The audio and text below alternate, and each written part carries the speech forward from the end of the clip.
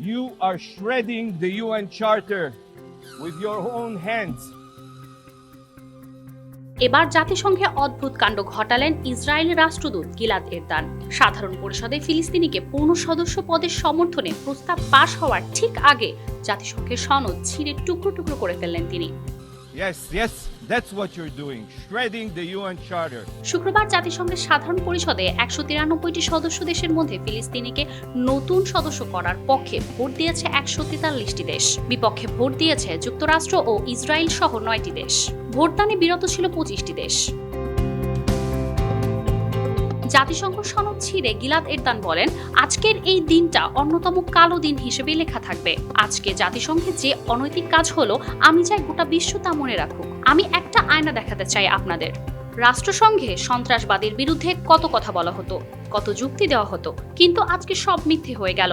এমন একটা দেশকে সদস্যপদের জন্য সমর্থন জানানো হলো যারা সন্ত্রাসবাদকে মদদ দেয়, জঙ্গিদের আশ্রয় দেয়।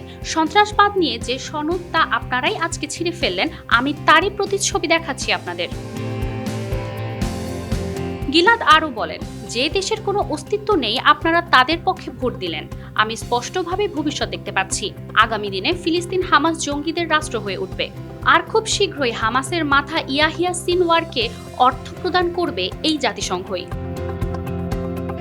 ভোটের মাধ্যমে জাতিসংঘের পূর্ণ সদস্যপদ না পেলেও অতিরিক্ত কিছু সুবিধা ভোগ করবে ফিলিস্তিনি।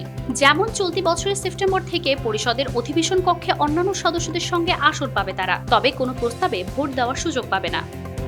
মাজুমা আফরোজ নীলিমা, নিউজ নাও 24।